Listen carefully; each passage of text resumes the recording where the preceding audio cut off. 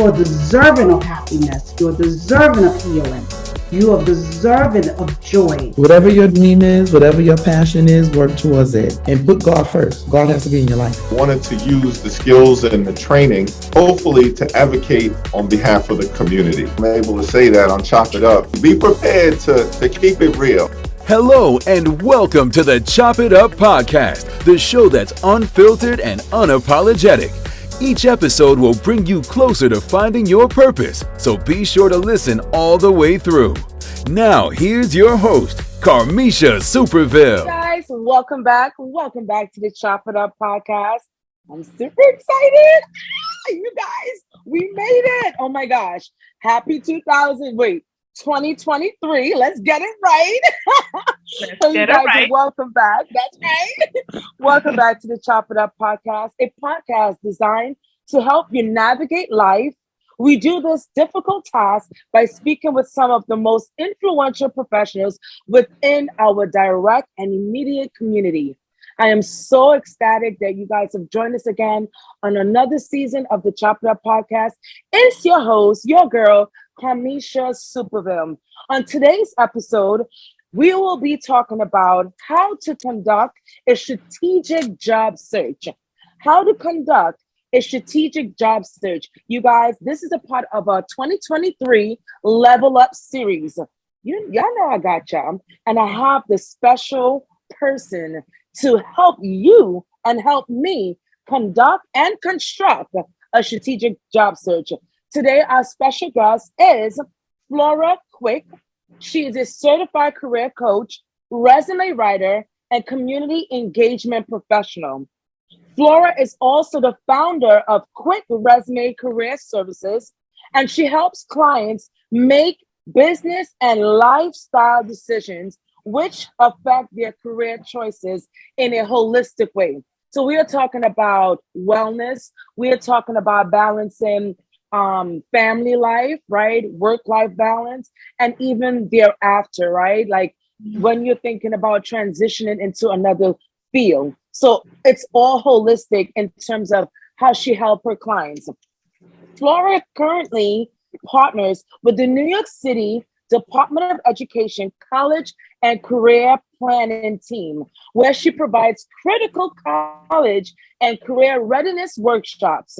Flora's favorite quote, and I love this, is the way you want to treat others, the way you want to be treated. I love that. Treat others the way you want to be treated.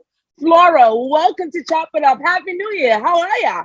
Happy New Year, Carmisha. Happy 2023. Thank you so much for having me today. I'm super excited. And thank you for that introduction. Thank you so much. I really appreciate it. You're welcome. You're welcome. Listen, you know, you and I, so you may not know this, but we first and foremost, you know that we go back way back, right? Way back. But you know what? I'm so happy we reconnected over the holidays. And then I was like, oh my gosh, Flora, I got to get you on the podcast. And the crazy thing is, I always wanted you on the podcast, but it was always like, you're busy, I'm busy. And it never, kind of synchronized.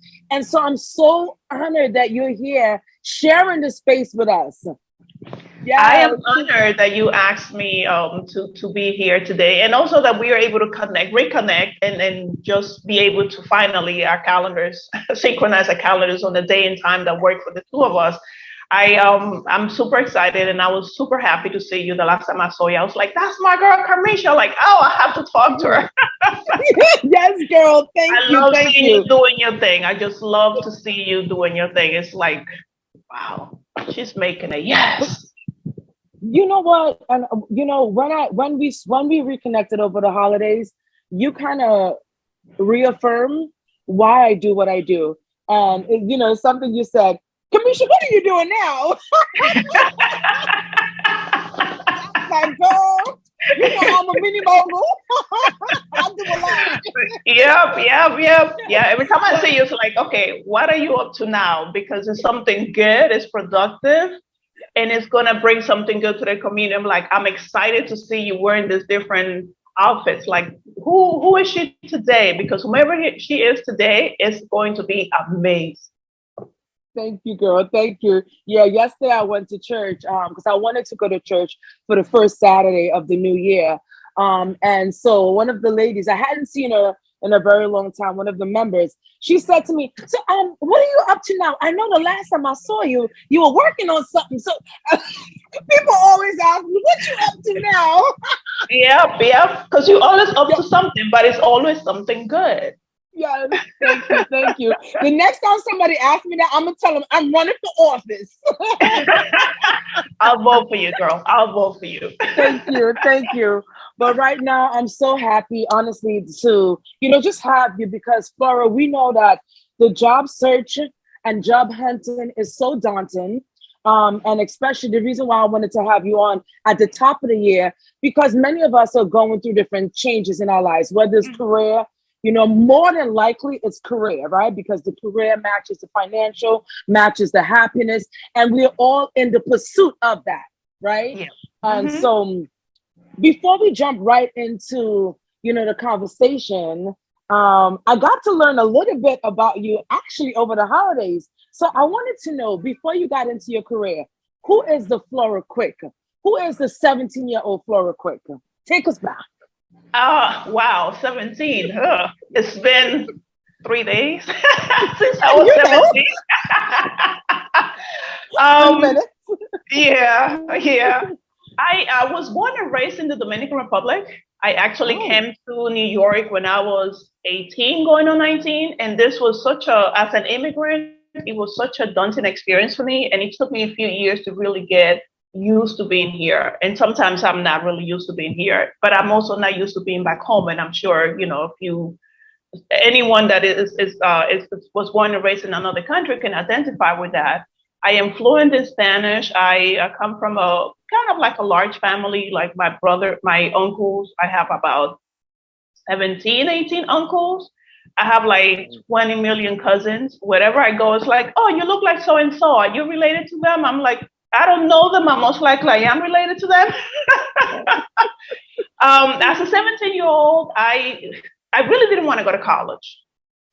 That was my thing. Like, I knew I wanted to have a business because my mother's oldest sister had a restaurant. And I find that fascinating, the fact that she was the only woman in our family who had a business, but also she was the only woman that I knew that had a successful business in the catering.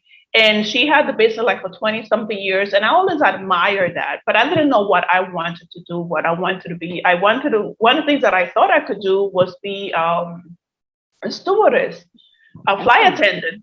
Yeah. But yeah, that wasn't in the cards for me, because then I later find out that I love flying, but I can't really handle being on a plane for more than a couple of hours. So that would have been a hot mess. Right. But I also knew one thing that I did in high school. When I graduated high school, one of the requirements was for us to volunteer. And that was the first time in history in my country that they made volunteering part of the requirements to graduate. One of the things that my group and I decided to do was to go in our community and teach the elderly how to read, because a lot of people were going to church and things like that, but they couldn't read the Bible, or they couldn't write a letter to someone that lived in another state or in another country. So we created a small volunteering program where we went from house to house asking if they had people who were maybe like 55 and older who didn't know how to read. And if they wanted to read, we'll have like a weekly meeting, and we taught them how to read, like the basics, just the vowels, the alphabet, and things like that. That was my first encounter with wanting to help people do better and wanting to help them move from point A to point B. One of the members, who was one of my students, one of my friends, my classmates, his mom didn't know how to read. And it was so impactful for us to teach his mom how to read. He wasn't part of that process because he was too close to home, but the rest of us will go to her house or she'll come to the meetings. And by the end of the volunteering program, she was able to really just write small sentences because, she was older. It took a little bit to kind of pronunciate and stuff like that. But she was able to write small sentences and kind of start just start thinking in a different light. So that was my first encounter where really I felt like I want to do something in life where I am making somebody else's life better and easier. Yeah. And what is a better way to teach, to help someone than to teach them how to read and how to write? That is something that we take for granted, but a lot of people in the world do not know how to read or write and cannot write a love letter or a letter to a loved one, or even read simple instructions that could cause, it could be detrimental to their life or the life of the loved one. So that's my first encounter with, I want to help people.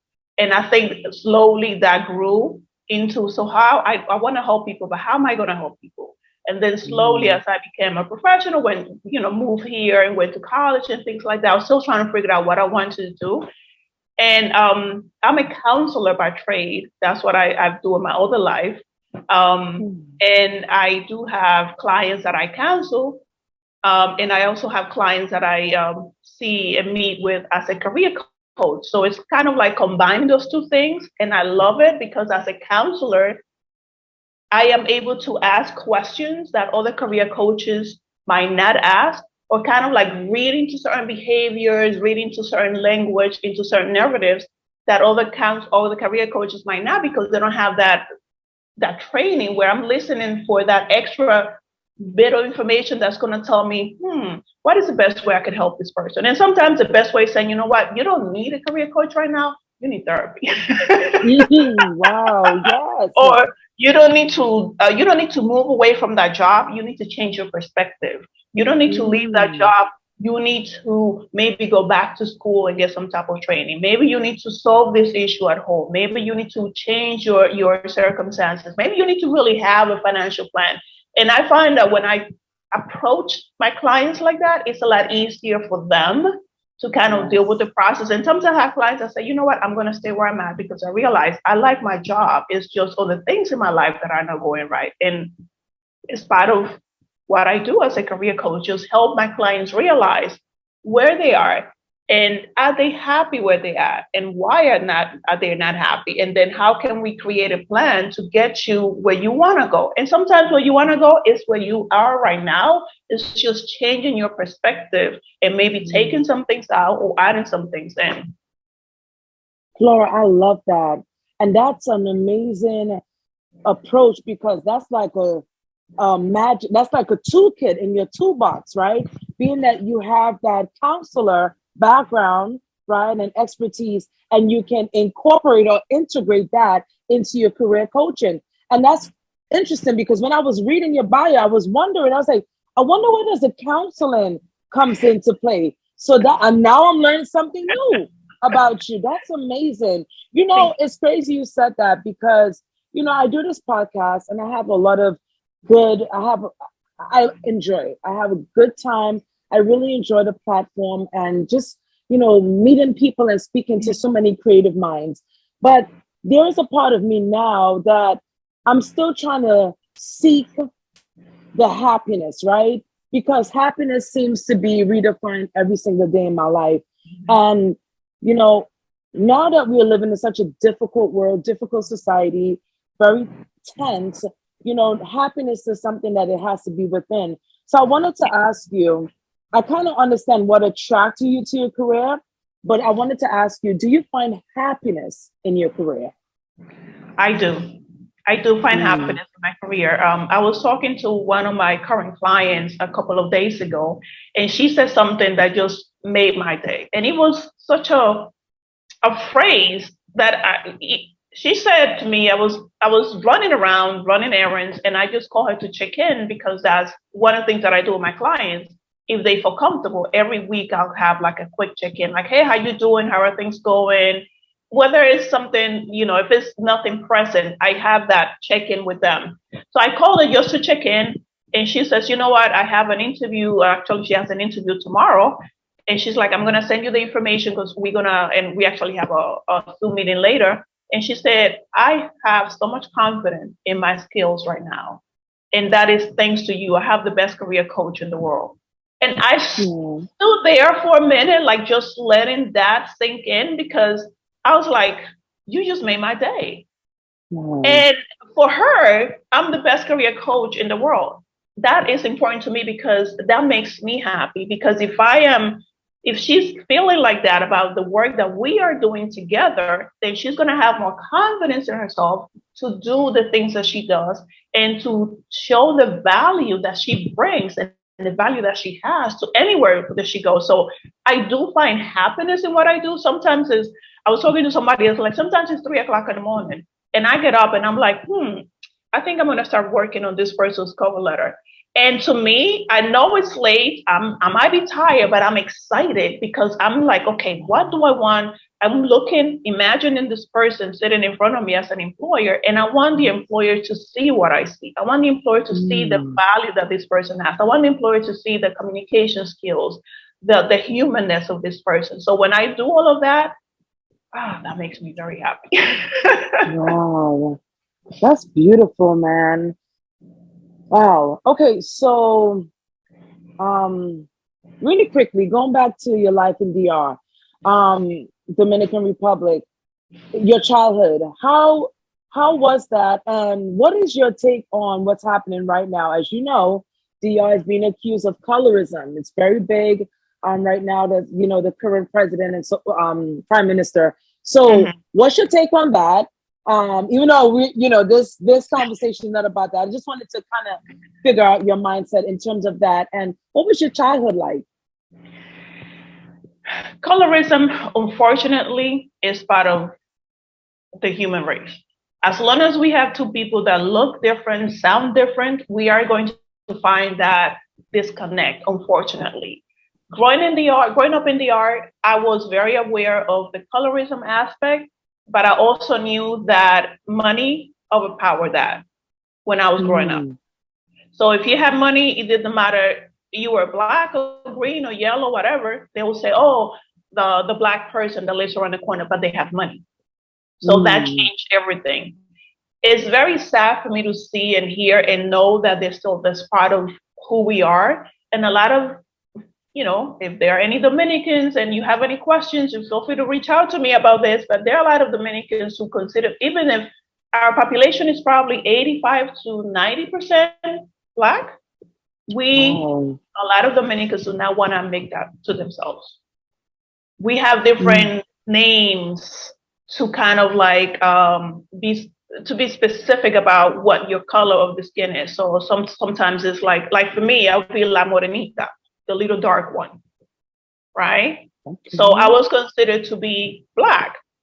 I was okay with that because I am black. If you look at me, you're not gonna see light skin or blue eyes or anything like that. I'm like, okay, I'm black. Okay, cool. Tell me something I don't know. But it's very sad to see that to this day we're still going through that, and the fact that and this is some of the conversation that I have with Dominicans that live here when they're, I don't want to say smart enough, but when they're woke or when they're aware. And I say, you want to treat other people the way you're treated. When we come to this country, we are treated the way we're treating others back home. Yes. Kind of like take that sentiment, how you feel, how you've been treated, how you've been mistreated here, and think of that, how you mistreating other people. Is that what you want? Is that what you want to continue promoting and doing and thinking? I'm like, we have to change our mindset. We have to change our behavior. We have to change the way we speak to other people because we are who we are, right? We look the way we look. And there's a reason for that. We didn't ask for anyone to come into our country and rape our women and make us look any different. But we also have to look at what do the natives look like? What we call them Indians, right? The natives of my country, they're all dark skinned.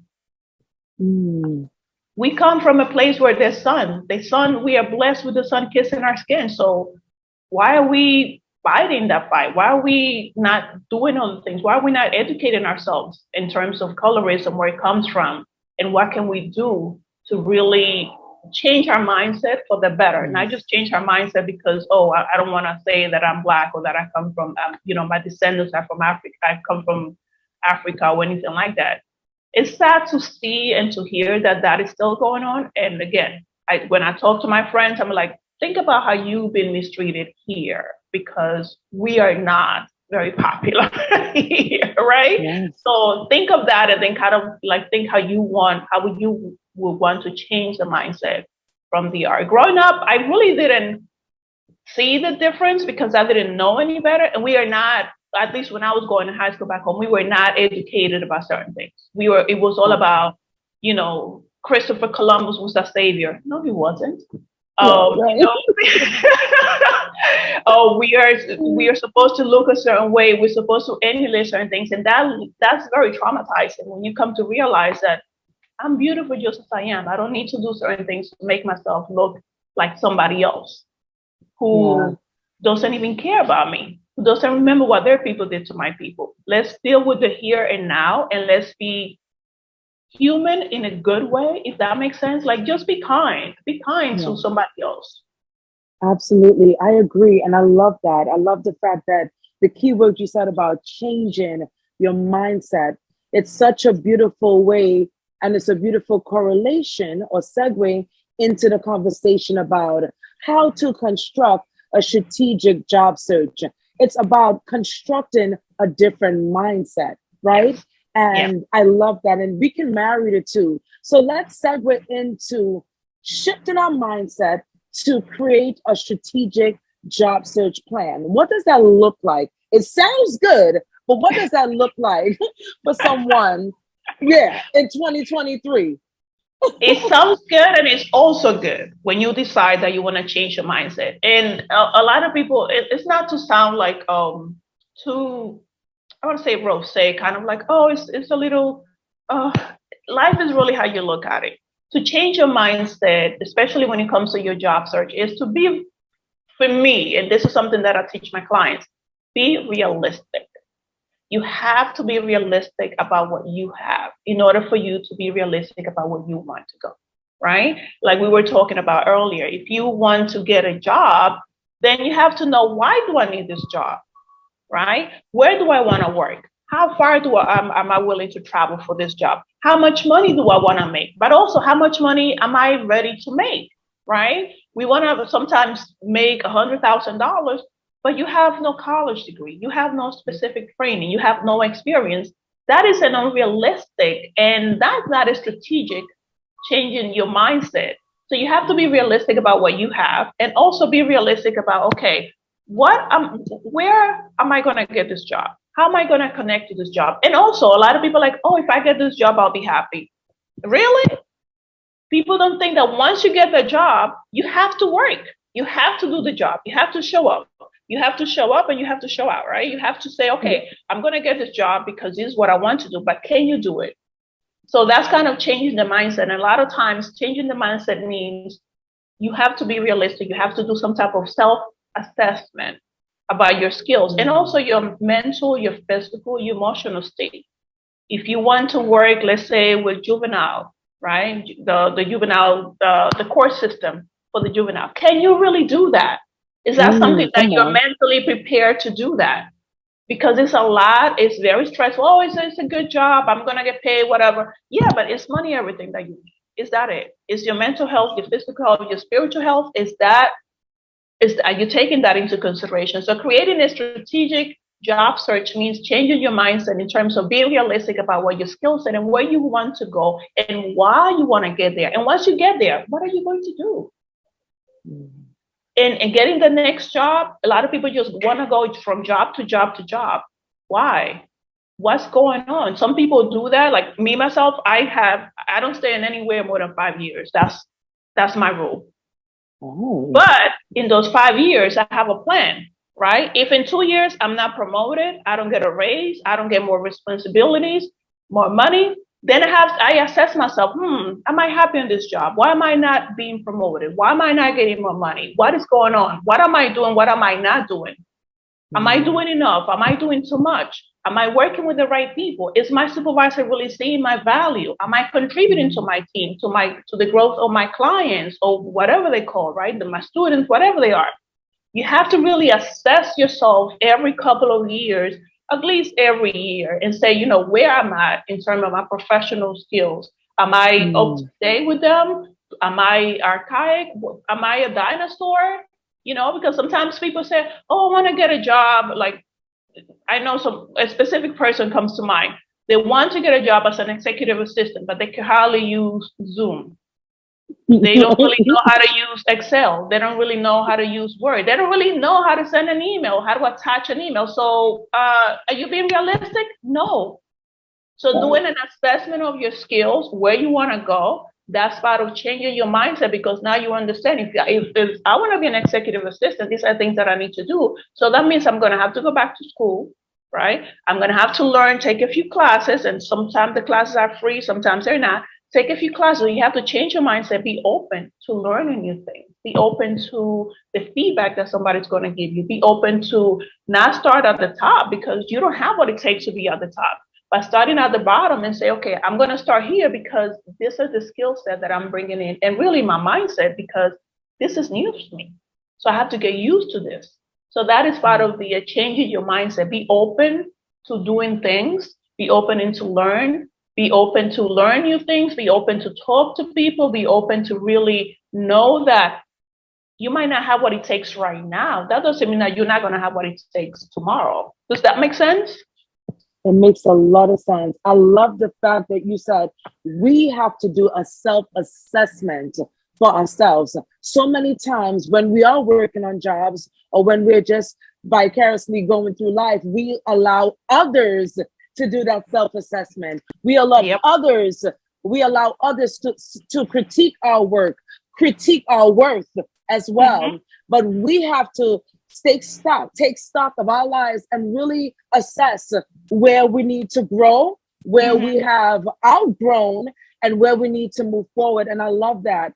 And that's beautiful. That's really being strategic and being intentional about your life, about your happiness, and about this journey. So I love that. You doing that self-assessment. Yeah, that's amazing. Yeah, absolutely. You have to really, and this is something that sometimes we don't do. Like, I like to do take like a skills assessment every so often, but I also like to sit with myself and say, why am I in this job? What am I doing here? Do I want to stay here for the next 2-3 years? And then if you say, yes, I want to be here, then know that that is okay too, as long as you are okay with it. And allowing others to really tell us what we are missing. It's okay, because they're looking from the outside in, but it's also okay for you to say, what am I missing to do this? And it's not just in your professional life, it's also personal. We always like to put our success or lack of in somebody else's hands.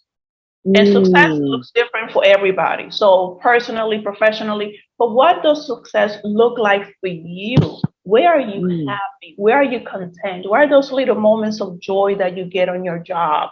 Where do they come from? Do they come from your interaction with the clients? Do they come when you're doing the project that you completed? Do they come from learning something new? Where does that come from? And are you getting enough of those moments to really carry you through whatever length of time you're going to be with this company? And if the answer is no, then maybe you need to really say, well, maybe it's time for me to leave.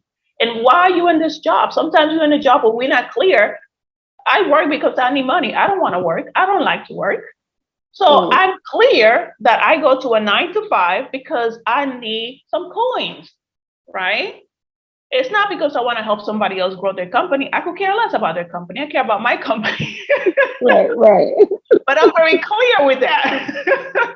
I go to work because are you speaking hypothetical? You speaking real? Like, this is real you? This is real me. Okay. I go to my 9-to-5 because I need money to pay my bills. If I have money to pay my bills, I'm not going to help somebody else grow their company. I grow my own company. Right. Right. I got you. Yes. No, I love it. And, even as you're talking, I was thinking about a time. So I worked for a huge telecommunication company here in New York City. And the job, Flora, it was so daunting. Even as you're talking about, doing a self-assessment, do you like this position you're in? As you're assessing, should I be at the next level?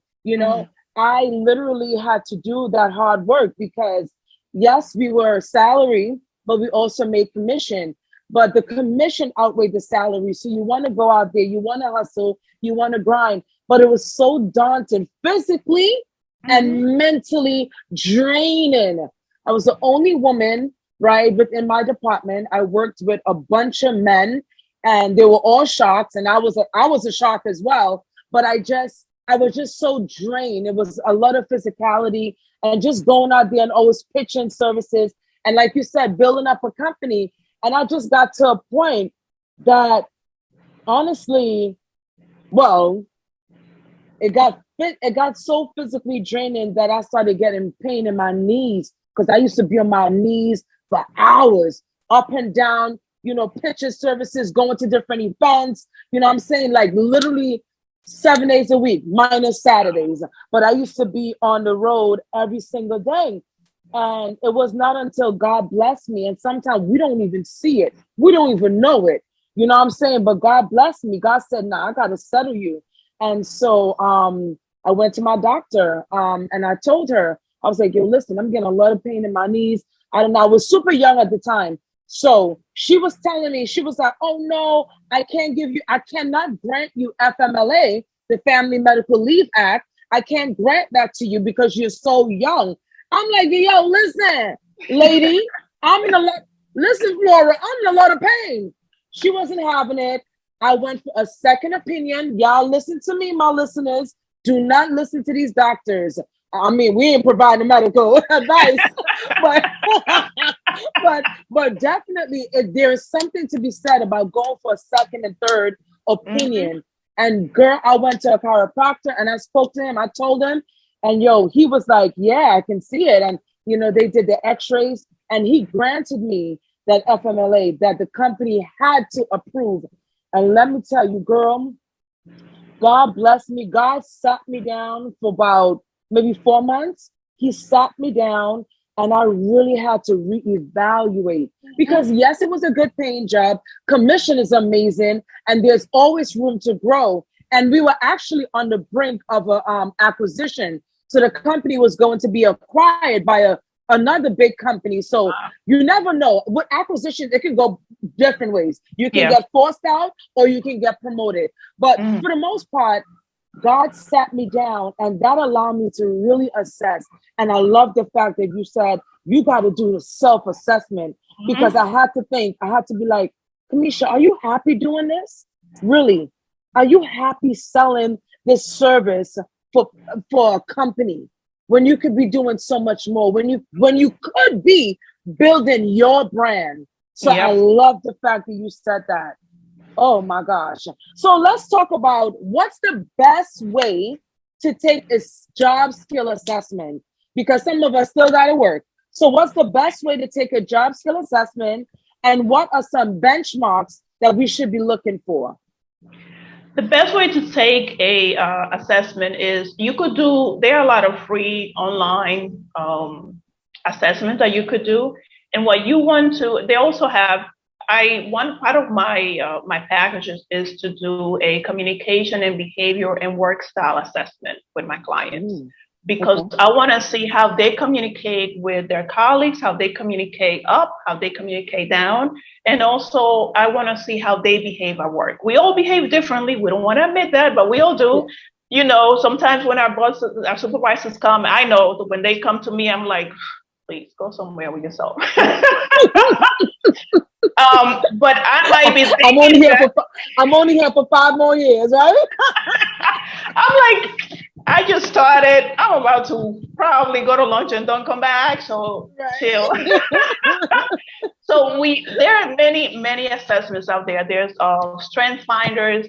I do the DISC, which is an assessment that really shows my clients, how they communicate, how they work when they're in a team.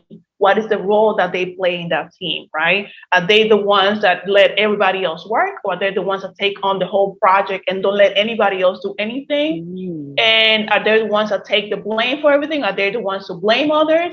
It gives my clients an idea of how they interact with the coworkers, right? And the benchmarks that I look for is, how do you work under stress?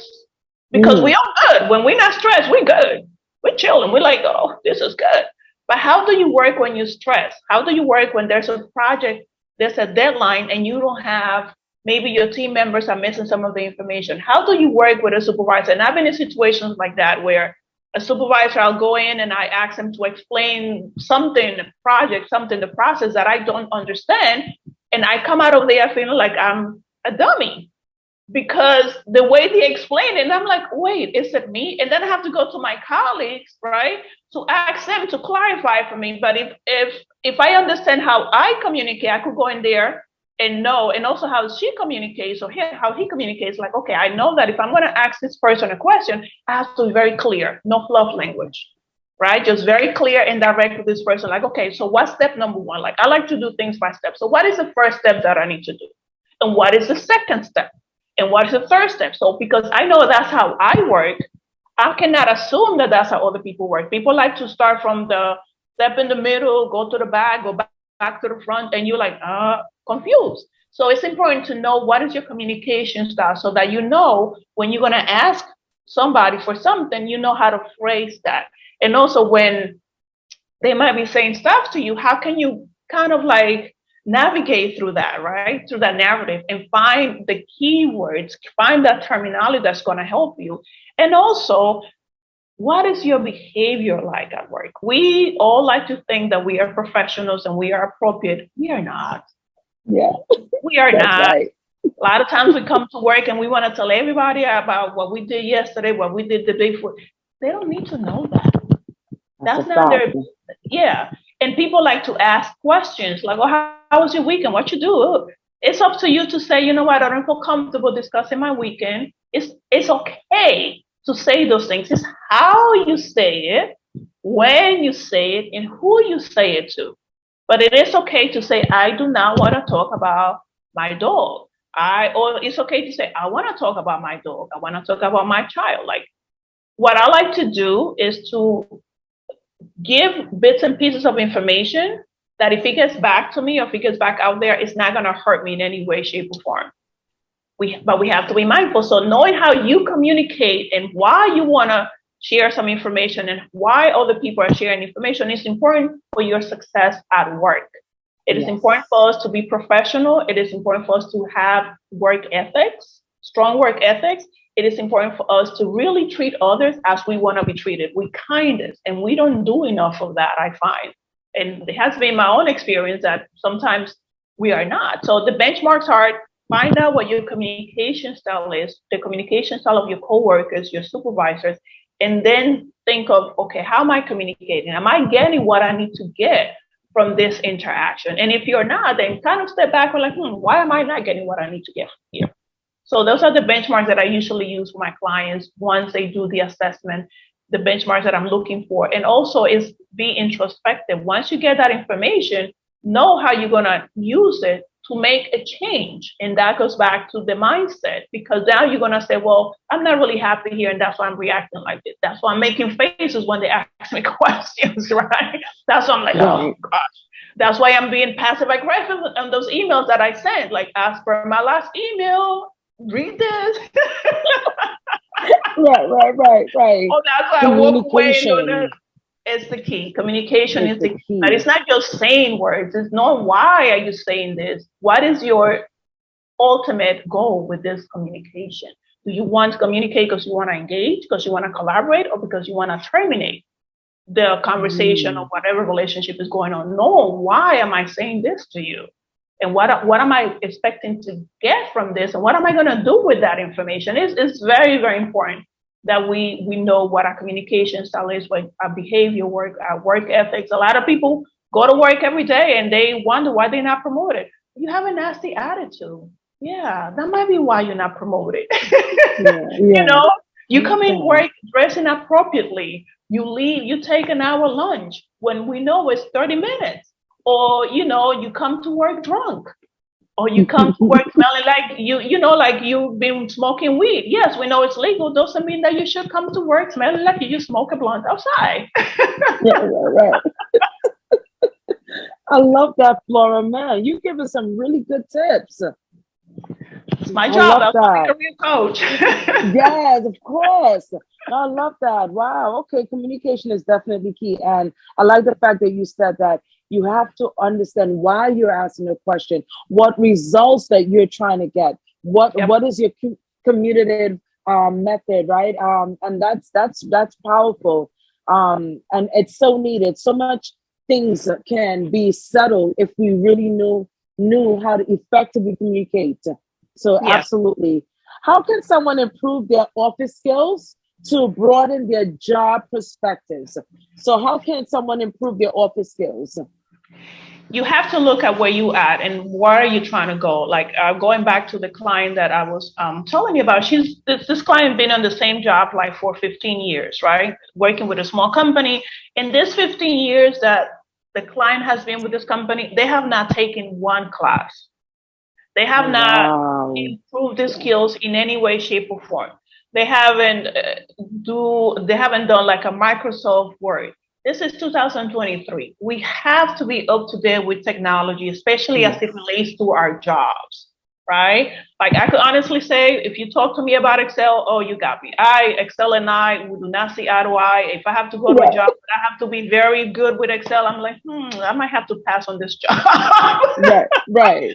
So I know that that's something that I need to work on, and I work on it every now and then. I might take a class at refresher. So we need to know, where is your professional growth? What do you need to grow? If you need to take a class, if you know that the next job is asking you to have a degree, but you don't want to do a degree, that's fine. Then find some type of training that is related to that degree that you need to have for that job. If you don't have experience, then volunteer somewhere. Then go somewhere and say, you know what, my customer skill services, customer service skills, they need to be improved. So I'm going to I can volunteer a couple of times a week to be here for a couple of hours.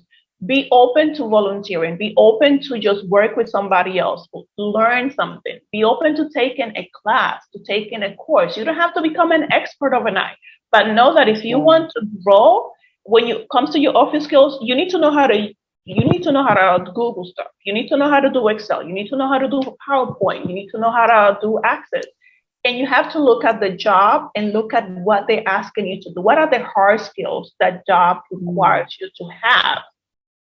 And what are the soft skills? Because a lot of times you have all the hard skills, but then your people skill, right? So if you have to have a combination of both. People could teach you hard skills, right? They could teach you how to use the internet, right? They could teach you how to use PowerPoint. They could teach you how to do some things. You could learn that on your own, but people cannot teach you to be nice and kind. You could go to all the trainings, but if you're not nice and kind and you are able to be a good team member, you're not going to be successful. Yes, you have the training, you have the skill set, the hard skills, but the soft skills are lacking. So you have to find a way to marry those two for you to be successful, not just professionally, but also personally. What do I need for this specific job? What do I need for this career? What do I need to make it to the next step? And then if you don't have that, or if you do have it, do a refresher. Like every couple of, maybe once a year, what I do, I go back and do a marketing course, right? It doesn't have to be anything extensive. I go back and do an intro to business because things change. There's always new information out there, and you want to keep yourself up to date with whatever language is in your field. Otherwise, you're not going to be successful. You're not going to get that promotion. You're not going to get more money, and you might get let go because you are outdated. We have to keep up. It's challenging, but we have to keep ourselves up with whatever the demands of the field, the industry that we are in, whatever those are. We have to keep ourselves up to date. Otherwise, we are going to be left behind, and we're going to be frustrated. Like, nobody wants me as an employee. No, people want you. You don't want to do what you need to do to keep yourself up to date. I love that. And well said. That is well said. That's bars right there. I love it, man. Woo! All right, girl. So, man, that's powerful. I wasn't thinking about in my field, in the field of event planning, or even in the podcasting space. You got to stay knowledgeable. You got to stay, wow. All right. How should we go about establishing short-term and long-term goals? So, in relationship to the new year, a lot of folks may have resolutions, may not. How do we go about establishing our short-term goals and our long-term goals? Are you big on vision boards? Like what do we need to do? I'm big on vision boards. I usually do them with my girlfriend. So what we do at the end of the year, we'll set for like the first 3 quarters of the year. So we'll say in the next 3 quarters, we're going to work out more, right? Which is a resolution that everybody has.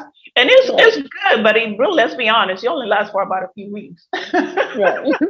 So I believe in setting goals based on what you want to accomplish. Like my daily goal is I'm going to, in my mind, I started doing this, tell everybody that I love them. That's my goal, right? I don't know you as the industry. I'm like, sir, in my mind, I love you. I don't know you, probably don't even want to know you, right? But that's my goal. That's a daily goal for me, to be kind. So short-term goals, long-term goals. If you're going to set your short-term goals when it comes to your professional life, then you want to think of where you are right now, where you're trying to go, and how can you get there. If you're trying to stay in your job, then know why you want to stay there and what can you do to stay in that job and be successful. Maybe you need to take a class. Maybe you need to collaborate more. Maybe you need to go and socialize with your coworkers after work. Maybe you need to go and ask somebody for coffee. Maybe you need to read a book. Maybe you need to know a little bit more about the business if that's what you want to do, right? So if you want to get out of that job, then okay, let's set up a short and long-term goal to get out of this place. So a short-term goal is I am going to, as long as I'm here, I'm going to do my best and be my best while I'm here. That could be a long-term, short-term, long-term goal because you're there now. So make the best of it while you're there. So what do they have that I can take advantage of while I'm here? Like I worked at a college. I had the advantage of taking classes for free. I took advantage of that, right? So that was a short-term, long-term goal. Short-term because I wanted to take a class. Long-term because that class benefit me when I move someplace else. So think of where do you want to go and where you at now and how can you really set goals that are short-term for where you at and long-term for where you at now and short-term for where you want to go and long-term for where you want to go. A lot of people like, oh, short goals sounds like a scary thing. We all have daily goals. Like today our goal was to meet on time. That's a goal. We made that goal, right? Our goal was to have a successful podcast. We're doing that.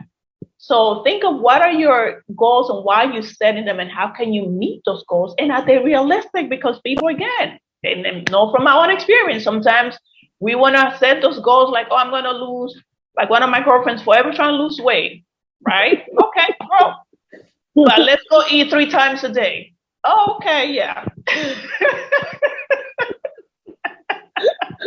I don't know, Flora. Are you a good friend or are you a bad friend? How you gonna tell her let's go eat 3 times a day? I'm a very good friend. At least that's what they tell me. But I'm realistic. Like, okay, so you're trying to lose weight, but we just had chicken wings and now we want to go to the next restaurant. And I love to eat, so let's go eat. But I'm not trying to lose weight, right? I'm not trying to lose weight. So let's do this, right? I'm trying to drink more water and maybe another cocktail. So let's go someplace where I get water and a cocktail. We're good. So it's just, you have to be realistic about this goal. Gotta be realistic, yes. Have to be realistic. Like one of my goals was to be 5'7". Hello, that's not gonna happen, right? Unless I wear some crazy heels. So when I want to feel taller, I wear high heels because that's as good as it's going to get. I have to be realistic about what I want to do. So. That's right. I love that analogy. Let's be realistic about what we want to do. Yes. Okay. Realistic. Set realistic goals. Attainable. Attainable goals as well. Yes. I love that. I'm learning so much even as you're talking. I'm taking little mental notes because this year I definitely want to do things differently in my professional and my personal life. Sometimes it's scary to take that jump, right? To take that leap. But I definitely want to start doing things a little bit differently. And like you said, just making realistic goals and sticking to it. I think the hardest thing is just like sticking to it. And I've been really asking, God, and just going inward as to what does that look like, So I love that. Being realistic and being kind to yourself as well. Yeah, that should be a daily goal. That should be something that you get up thinking, and at the end of the day, like, well, side nights, because we have a tendency to be very nice to other people, very kind. When someone comes to us with a problem, we listen, we care for them. We're like, oh my God, I feel so bad. Oh my God, I'm going to pray for you. Oh, how about you start praying for yourself? How about you start being kind to yourself and say when you get up in the morning, you know what, today I'm going to love myself. I'm going to treat myself right. And then at the end of the day, like, was I kind to myself today? Because if you're kind to yourself, most likely you're going to be kinder to other people, but taking care of you. And I know that that's something that we say we do, but it looks different for everybody. But taking care of yourself, and I think with words and just being kind to yourself, that will help you. And in terms of setting goals, we have goals every day. Our goal is to be healthy. Our goal is to be safe. Our goal is to make sure that we're not harmed in a unsafe environment, that we are taking care of ourselves. Like you did what you needed to do this morning, right? That's your daily goal, to make sure that Carmisha is okay. So every day, that should be your number one goal. I have to make sure that I'm okay, because if I'm okay, then my daughter's going to be okay. My partner's going to be okay. My pets are going to be okay, right? Because I'm going to transmit that energy to them. Yes. You know, as you're talking, I even thought about when you said about that being kind and transmitting that energy. Oh my gosh. I had a euphoric moment here when you said that.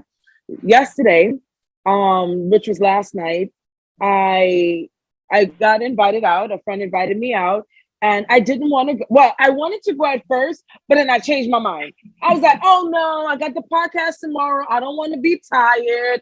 So yeah, I ain't gonna go. So I called back. I was like, yeah, change your plans. But they didn't answer my call. And I'm like, dang, they didn't answer. That means they're coming to pick me up. And I'm like, dang, how am I gonna get out of this? But let me tell you, girl, Flora, when I tell you last night, I had the time of my life. I danced the night away. Yo, the vibe was right. It was just like so magical. And I woke up this morning and I felt so alive. I felt so free. So, oh my gosh, you are so right when you said it transmits to other areas of our lives. Mm-hmm. Yes. Attitude is your attitude towards yourself, and you really makes, and I have learned this lesson through various failed relationships, personal and professional. And when I changed my mindset about how I look at things, I find that things are a lot easier for me to process, and it's easier for other people to feel comfortable around me and to feel like, okay, she means no harm in terms of whatever they might perceive. And it's like, okay, this person is really cool. They might not be saying the same thing about me a few years ago. Like the old Flora would be like, oh yeah, I don't even want to talk to Flora. But now it's like, oh, Flora's here, because my mindset has changed. And because my mindset has changed, my attitude has changed, and now it's more welcoming, more open to other people. And people want to talk to people like that, right? I don't want to talk to the old Flora who was rude, like, oh, that's Carmisha. I don't want to, no.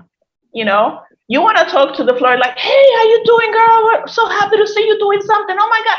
But really mean it. If you don't mean it, because you don't want to be fake, just really mean it. And when you do mean things like that, people gravitate towards you, and you get to hear about things that otherwise you wouldn't.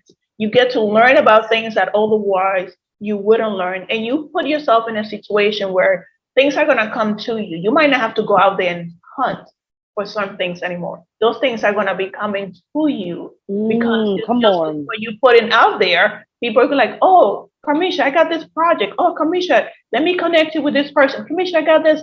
Because of the energy that you put in out there. And it's going to come back to you. It's going to come back to you. It always does. But you have to change the mindset, change the attitude, and that's going to work. And it sounds easy. It's not easy. It's a lot of self-work. And you might need, and you know, as a counselor, I'm all about therapy. You might need therapy. Yes. Your mindset. But Flora, I love the fact that throughout this entire conversation, this is how you build and construct a strategic job search, more so a strategic journey through life. Yes. Mindset shifting, mindset change, being kind to yourself, taking self-assessment before you let the world, the external world, self-assess you. Take stock of your life.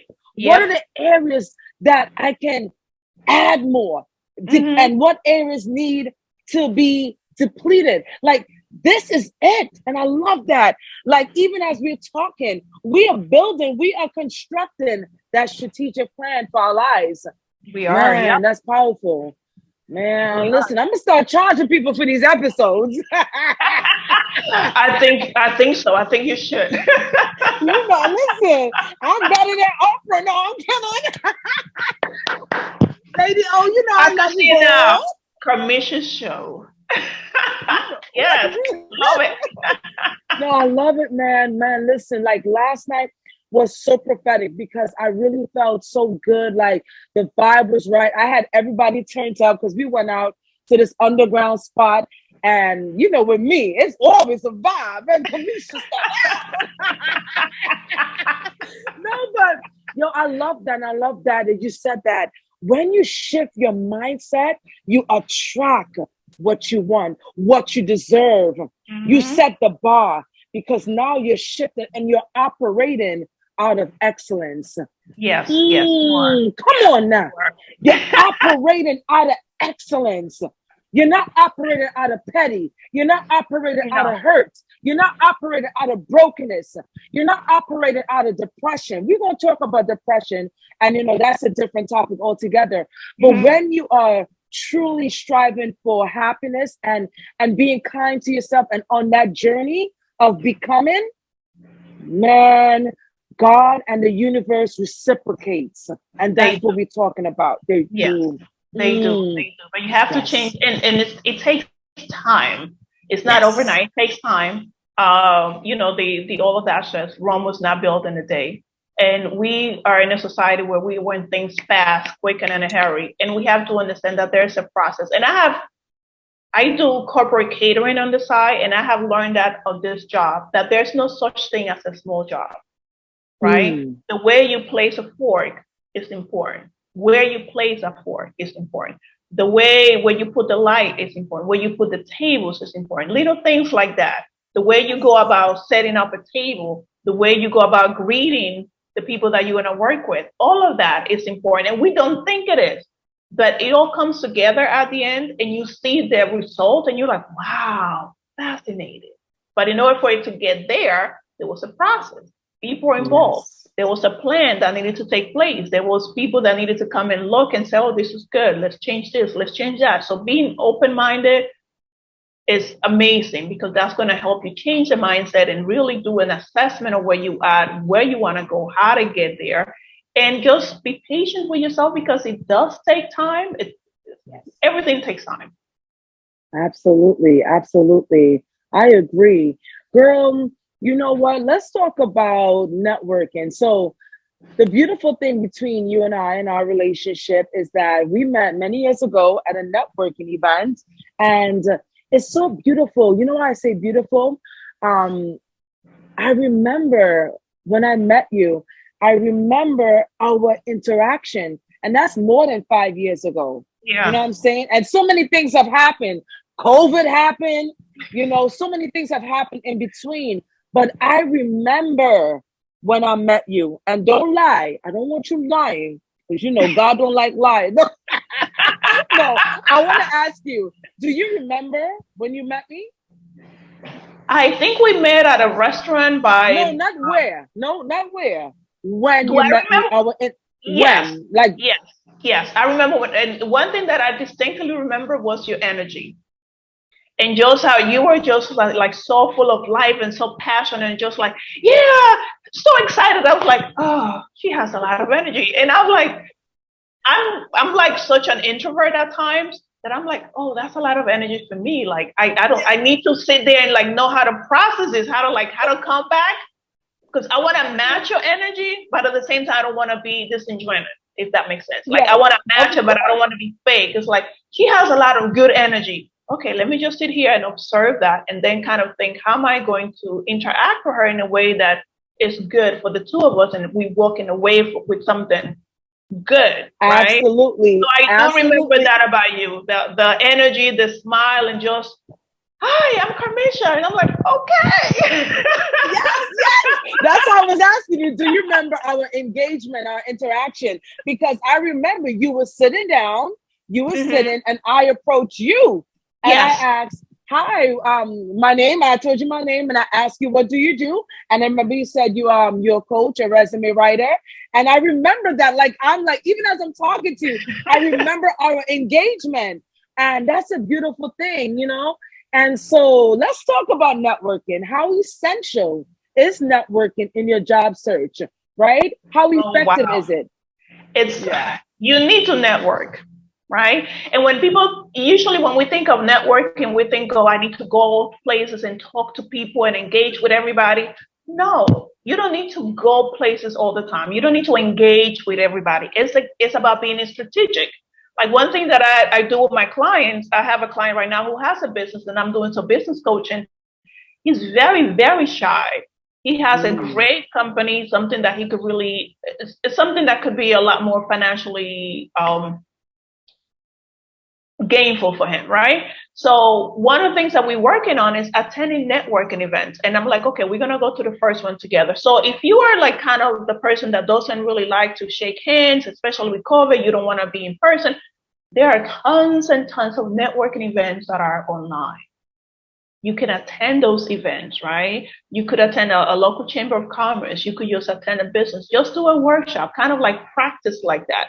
A lot of those events, you don't really, all you have to say is your name and why you're here, and that's it. And sometimes there are so many people that don't even really get to everybody. So just kind of start to practice networking like that if you don't feel comfortable going in person. Now, when you do go to networking events in person, you don't have to talk to every person that is there. You don't have to do it. I as a career coach, I don't get to talk to everybody that when I go to a networking event. I'm exhausted at the end of that.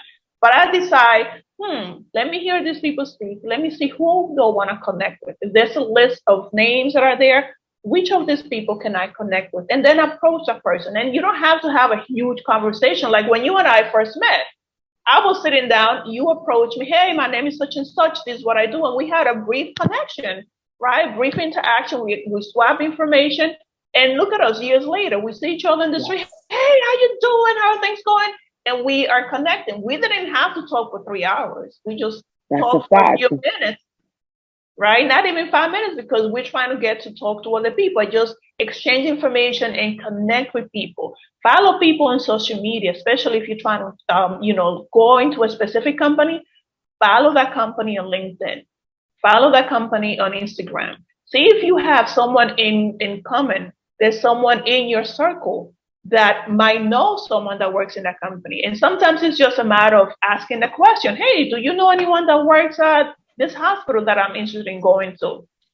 That's networking, just putting your name out there, right? Going to networking events, whether in person, online, it is okay. And talk to the people in your circle. Talk to your friends. Let your friends know, hey, I'm looking for a job in this area.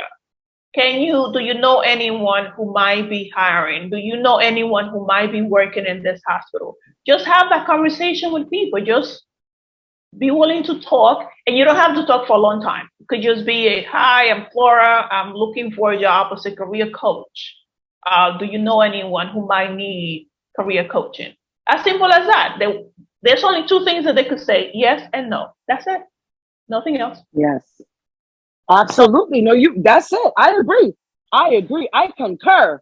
Absolutely. Networking. So basically I have always been a social butterfly ever since. But even for me, like in the beginning, many years ago, I hated to go to attend networking events, because a lot of times it's like, I feel like you're forced to talk to people and stuff like that. But there's an art to networking. And as time progressed throughout my career, I have now come to understand that it's really not about the numbers, right? It's not about the quantity of business cards you collect or how many people you talk to. It's really about those quality conversations. Yes. That's where it really is. It's about those, like you said, you rightfully said, you and I met so many years ago, and we stayed connected. I remember our engagement, and there's so many of those successful stories that I have today. So you're absolutely right. And it is essential. Really quickly, over the holidays, I was speaking to my financial advisor, and we had a really heart-to-heart conversation. And there was something that he said to me. He said to me, and it kind of stuck in my head, and I kind of wanted to ask you your take on it. Okay. He said, how do you get into certain rooms? How do you get into certain rooms, those private clubs, those private associations? On Instagram, it's the it crowd, right? The ones that's the popular folks. So I wanted to ask you from the networking perspective, for a listener who's listening to us as we come to a conclusion to this conversation here today. Someone doesn't have connections. They don't know how to do what we do. They don't have the experience we have, right? How do they get into those circles? How do they get into those rooms? No connection, no referrals. How do they get into those rooms? I think before you ask how do they get into the room, why do you want to be in the room? It's the why. Why do you want to be in that room? What are you hoping to bring into that room? Right? Because sometimes we want to join the it crowd just because it's the it crowd, but we have no business there. Right? So it's why do I want to get into that room? Right? So, and if you know your why, because that's what's in now, okay, that's the trend. Okay, so you're just doing it to follow everybody else. Not because you're gonna bring something of value to that room, or because you're gonna hopefully get something out of value. So if you find the why, then the how you go about it is gonna be a lot easier, right? So I want to go to the Brooklyn Chamber of Commerce. Why do I want to go there? Because that's going to be a way for me to connect with other businesses, connect with other people. That's the value that I'm going to bring, right? And I'm going to talk to them about what I bring, and hopefully I'll meet somebody who might bring me value, right? But the why, I want to go there. And then the how is going to be, okay, so if I want to join, let's say a few years ago, I wanted to work in a hospital. I had no idea how to work in this hospital, right? I don't know nobody. I couldn't think of anybody until one day I sent someone a text. I said, oh, I'm looking for this type of job. Oh, I'm working in this place and they're looking for someone to do what you want to do. Okay, perfect. So it's just, if you don't know anybody there, you might think you don't know anybody there, but there's 6 degrees of separation. There's always someone in your circle that you know that knows somebody. That's why it's important that we open our mouth and we say, I want to go to this place, and spread the word, and it'll come back to you because someone, Kamisha says she wants to join this group. I don't know this group. Does anybody in my group know this? Do you know anybody in my group? Next thing you know, it gets back to, you ask about that group. I know a friend who is in this group and know this person, networking. And you don't even know that other person. But the fact that you said you want to be in this group to your group, that group is going to, for you, they're going to do this for you. They're going to go back and spread that seed to their group. And then it's going to connect. Next thing you know, it's going to come back to you. So the first thing is just spread the word. I wanted to join a Black women's group that meets on Sundays at 8:00, but I had no idea. I didn't even know about this group existed until I met one of my friends, and her friend joined us for lunch. And we're like, oh yeah, I'm part of this organization. Whatever. I said, oh, that sounds really interesting. I didn't even heard of this group. I'm like, wow, I've been looking for something like that, like-minded, but I didn't even know it existed. She's like, yeah, girl, I send you. You have to be invited to this group. Mind you, I met her that day. She's like, give me your email. I'm gonna send you the invitation, and you start from there. You take it from there. I was like, oh, this is awesome. I wanted to join a group that I didn't know the name of it. I didn't know who belonged to the group. None of my friends knew that she was part of the group either. Even her best friend's like, oh, you're part of that? I didn't know that. Wow. But because we're having that conversation, now it's like, oh, yeah, I'm going to invite you. I'm going to send you the invitation, and you invite whomever you want to invite to this group. Now we meet every Sunday. The other day, Stacey Abrams was in the group. Wow. Michelle Obama has joined the group. Beyonce's mom was part of that. Hold on. And you didn't even send me the invite. Don't play with me. I'll be forwarding you the invite, Kamisha. It's a win with Black women. And I didn't know about this organization. And I go to the meetings, I network, but I don't ever speak. I just listen. And that's part of networking. It's not that I don't have anything to contribute to the group, but I'm learning how the group functions, who plays what role in the group. And usually they have a presenter to talk, and this is very well structured and it's fun. So I just listen in. So it's an organization where I'm networking because I'm part of the group, but I'm not necessarily speaking. I don't even have my camera or my microphone, and I'm just listening and learning about what these women are saying. And there was when elections were happening, they had a few people from the South be there, a few politicians, and just come in and talk about what their agenda is. Just learn something new. That's networking. Yes. That's part of networking. But you have to spread the word. You have to open your mouth. You have to let people know what you need and what you want in order for them to say, you know what, I'm able to meet that need. I'm able to provide that connection for you. But you cannot do any of that if your attitude's not right. Absolutely. And also, too, like you said earlier, you have to also add value. What value asset are you bringing to the table? So that's also essential. I love it. I love it. Man, Flora, listen, girl, we could talk all day, but you know. Yes, we could talk for hours. Yeah. Yes, exactly. As we wrap up, I can't let you go without talking about resume, right? So how do you create an effective resume and cover letter for various positions? How do you create an effective resume and cover letter? That's one of the daunting tasks that so many of us have, especially when you have to submit it to Indeed, Monster, and all these different sites. How do you create something effective? Give us some tips. What you have to do, one of the effective ways to write a resume is to look at the job that you're going for, right? Look at what they are asking you to bring in. If you are going for a job that requires you, whenever I'm working with my clients, the first thing is I look at the requirements for the job. I look at the hard skills requirements and the soft skills requirements. Soft skills are usually not as clear as the hard skills. So the requirement says, okay, I need someone that has a master's degree in counseling, right? That's number one. You have to say, okay, do I have a degree in counseling? No. So maybe you have no business applying for the job, right? Because you want to be, again, that goes back to setting realistic goals, right? So if they want someone that has great customer service skills, do you have great customer service skills? We like to think so. Sometimes we don't have customer service skills. They bad, right? Yeah. So you want to be, that's a hard skill and a soft skill. You want to make sure that you are meeting the requirements for that job. That's the number one. Look at the requirements that the job has. And look at when they said the responsibilities of the job, what are they asking you to bring in? And then look at your resume. Is your resume communicating that? And one of the things that we often forget, and when we post our, resume on LinkedIn or even a cover letter, is the keywords for the job. You have to look at the job description. And does that sound like every time I'm going to apply for a different job, I have to change my resume? Yep. Every time I'm going to apply for a different job, I'm going to change my cover letter? Yep. Because it's not one size fits all, right?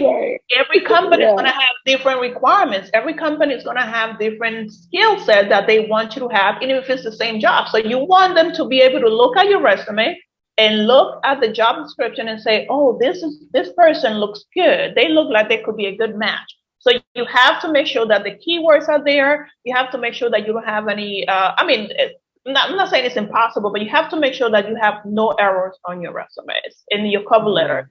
No grammatical errors, that you are not using certain slang. We like to write as we speak. And sometimes the way we speak is not nice. It's not professional. So we want to be mindful of that. You want to also make sure that you are addressing it. If you will post a job, right, and the job that you post says submit your resume to Carmisha Superville, right? I should say, dear Miss Superville or dear Carmisha Superville, not just to whom it might concern, because that's not your name, right? No one works in a company to whom it might concern. There's either a hiring manager or there's a name, or there's a hiring supervisor. So look, who is going to get this email, right? Who's the contact person? And you'll be surprised when someone takes an extra minute to write that in. the difference that makes, because now you're making that connection with that person, right? So you want to make sure that your resume is structured in a way that is going to say to the employer, this is a good candidate. I see them as a good match, because they don't know you. They don't know all the value that you're going to bring. They're only going based on this 1 or 2 page document stating who you are. So use that. Be consistent with the font style. Be consistent with the size. Some people like to have a resume. It's like a billboard with all of these grandiose things. Companies don't really care. Recruiters don't really care about all of that. It's visually appealing, some of it, but at the end of the day, a lot of those resumes, they have a lot of fluff. Employers don't like fluff, because they could see it right there, like, oh, this person, yeah. If you say that you have a master's degree and your resume looks like an 8th grader wrote it, chances are, you know what I mean? So, yeah. You want to make sure that your keywords are there. You want to make sure that you meet the requirements for the job. You want to make sure that your resume is structured in a way that is visually appealing, that there's not a lot of fluff language. And you want to make sure that you are honest. Oh my goodness. Honesty is overrated for a lot of people. They don't know the concept of being honest. I have not to cut you off, but I heard there's a politician that did some fluffing on his resume, child. Yes, he did. Yes. Hey. Yes, so, I talked about one on my IG live, because he was dishonest about where he worked. He was dishonest about his education and his work experience. Now, someone like that, I'm so glad that you brought him up.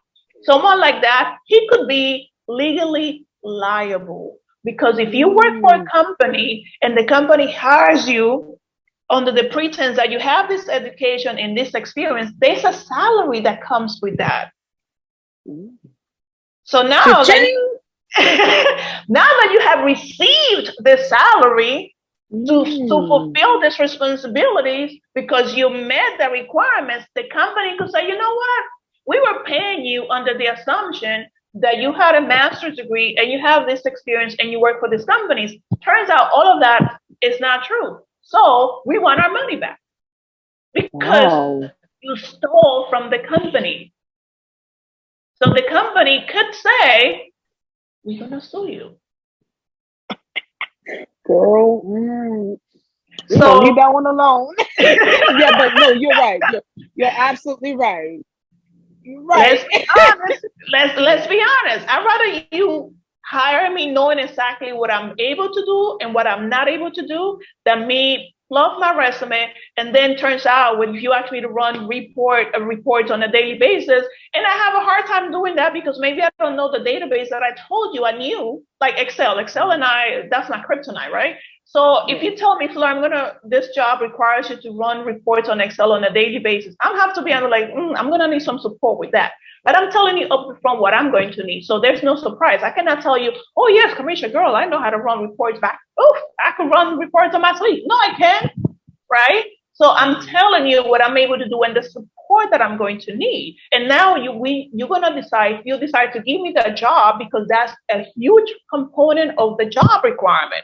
Instead of me saying, yeah, I could do this, but I can't, then you could say, well, Flora, you're not really able to do the work, so I'm going to have to let you go. Then I'm going to have to deal with my emotions, and you're going to have to deal with the loss of someone that wasn't able to do the job. So my policy is, when it comes to writing resumes and cover letters, please be honest. Be honest. I have fired clients who are not honest about their education and the experience, because my name, my reputation is very important to me. Absolutely. And I don't want you to go work for Kamisha and who did your resume? Flora did my resume, and Flora knew that you didn't have the experience, and she still put it on paper. No, sorry. No, thank you. No, I'm not doing that. I'm not subscribing to that magazine. I love it. And you said it so eloquently, and you are absolutely right. What about transferable skills? What is your take on transferable skills and placing that on your resume? Transferable skills only if they're directly applicable to the job that you're going for, right? The fact that I could do, let's say I have done runway modeling. Is that relevant to me working in this job? No. So that's something that you don't need to put on your resume, but that's something that you could talk about during the interview process. So the transferable skills, again, look at the job description. Look at the skills that this employer is asking you to bring in. They don't want to know that you have, 25 years of experience in this area when that is not relevant to the job at hand. That is something that you could put on your cover letter if you're going to have one, or that's something that you could talk about during the interview. Transferable skills, we all have them, but you have to make them relevant to the job that you are applying for. Otherwise, your resume is like real estate. You just occupying space for nothing.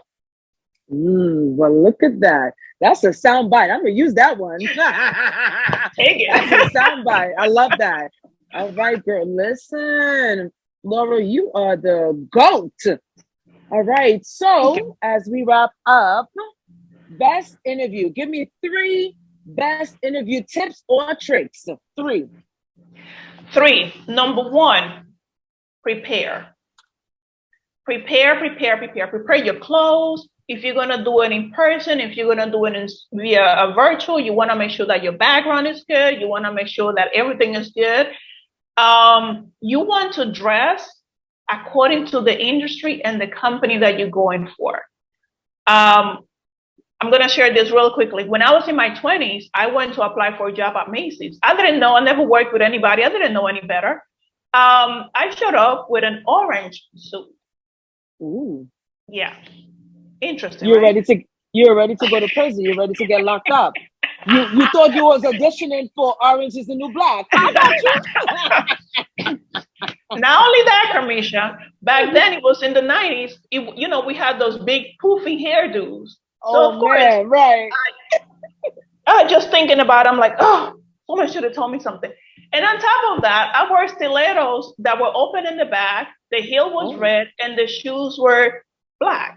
So I had an orange suit, crazy hair, big earrings, right? And red and black shoes. Needless to say, girl, I did not get the job. You went for something else, that starts at night. Exactly. Walker. Where was I going? I was like, oh my goodness, I have learned so much since then. Right. So you want to dress appropriately, right? You want to make sure that you have the right attitude. And another tip that I give my clients is the day of the interview, everyone that you meet on the streets is interviewing you. You just don't know it. Share another experience that I had. One day I went to lunch. I came back from lunch. I went to lunch and this young lady just smiles at me. I smile back. I find it weird because it's New York. People are just rude. I go back to my office. Who's sitting in the office? The same young lady, right? Wow. Not only that, I was going to be we were looking for an office manager and I was a supervisor and I'm going to have to work closely with this person. So my supervisor, my manager, whenever she met someone that she kind of liked or didn't like, she's like, I want your take on it. So I come back from lunch. The young lady sitting there, I don't know. I work in a clinic. I don't know what she's there for. My manager picks her up, takes her to her office and says, Flora, come and join me. I want you to help me interview this person. Look at that. Wow. She was already interviewed by me. I already liked her. Just based on the fact that she saw me on the street, she smiled. We were working with people that were mentally ill. So we needed people that were friendly, people that were open, because we had a lot of animosity with the client. So when we're looking for someone, we want someone that is going to be open, always calm, cool, and collected. This young lady, I don't know her. She just smiles at me. Next thing I know, she's sitting there and I'm interviewing her. And I'm like, imagine if she would have been rude to me. She don't know me. She don't know who I am. Right. So, you're so right. On the day of your interview, everybody that you meet on the street is interviewing you because you don't know who that person knows. That could be whenever I meet new people, I'm like, I don't know if this person is going to be my new best friend. I don't know if this person is going to be my daughter's boyfriend, my daughter's best friend. I don't know what you're going to bring into my life. So because I'm approaching it like that, I'm going to treat you nice because I don't know. I don't know what value you're going to bring into my life.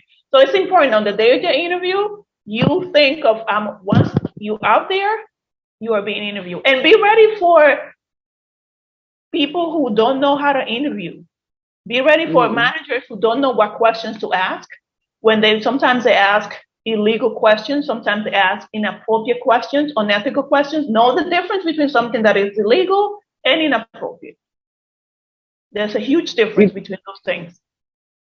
I gotta get you on another podcast because you are dropping gems. Woo, girl. Yes, wow. Let's do this again. This has been really, really good. Yeah. Yes. Now I want to definitely stay connected to you. We got some work to do. So as we close off this amazing podcast, how to build construct a strategic job search. What are your final words? What are your final words for our listeners? My final word is to really, if you want to look for work, you want to change careers, treat yourself with kindness first and know your why. Why do you want to stay where you are, or why do you want to leave and where you want to go? Really be self-aware. Know what you want to do, why you want to do it, and then go out and set out to do it. And if you are not successful, if you set those goals and you're not able to meet them, that's okay. That is okay. It's not the end of it all. You always could go back and reset and say, you know what? I set out to, like my friend, I'm going to lose 30 pounds in 2 months. That's not realistic. Now let's go with, instead of saying I'm going to lose weight, I'm going to lose this many pounds, say, you know what? I'm going to start working now. And I'm going to, instead of eating 5 meals, I'm going to eat 4 days a week. I'm going to eat 3 meals. Start slowly. There's a process for everything. There's a process to stay in your job. There's a process to change your job. You'll start slowly to set up your goals. You'll be able to meet them. And my mantra is treat others the way you want to be treated. That's it. Absolutely. You know, this is such a beautiful end to the podcast because this year, our overarching theme is life, leadership, and legacy. And I think in our conversation today, you covered all of that. You covered the life aspect. You covered the leadership aspect and the legacy. And I love that. What is Flora's legacy? What is your legacy? What is my legacy? My legacy is when I'm no longer on this earth and someone says Flora, I want them to smile. That's what I want. When someone says Flora, I'm like, oh yeah, she was so cool. Oh, I learned this. Oh, we did this together. We have fun together. We cried together. We prayed together. You know, she listened. I listened to her. She shared with me. She was human. She was full of virtues and flaws. But I want people to just have that peace when they think of me like that. Oh, yeah, she all right with me. That's the legacy that I want to leave behind when it comes to me. And also my biggest legacy is my daughter. And I try to transmit as much of what I know to her. And I think I'm doing a decent job because people, like, when they think of her, they're like, oh my gosh, she's such an amazing young lady. And I'm like, that's cool, you know? So that's my legacy. I just want people that I come across, I want to make a difference in people's life. And not necessarily a bad difference. Sometimes you make an okay difference. I want to have an impact on those that I meet, whether it's my clients, whether it's my friends. I want my friends to be like, yeah, I want to hang out with Flora. She's cool, you know, not cool like, oh, she's fake. Like, no, she's cool. She's cool people. Yeah. I love it. And you're doing that. You're living that. And that's beautiful. Flora Quick, certified career coach, resume writer, community engagement professional, and a sweet, down-to-earth woman that I admire and that I am truly happy to call you a comrade, a friend indeed. Thank you. Thank you for joining us. Thank you. I really appreciate it. I'm looking forward to continuing our conversations. Yes. You guys, thank you so much for joining the Chop It Up podcast. I hope this episode left you with abundance. It was a little bit longer than our usual podcast, but I wanted you guys to really get the essence of what Flora and I spoke about. And as you walk away from this podcast, think about your life, your leadership, and your legacy.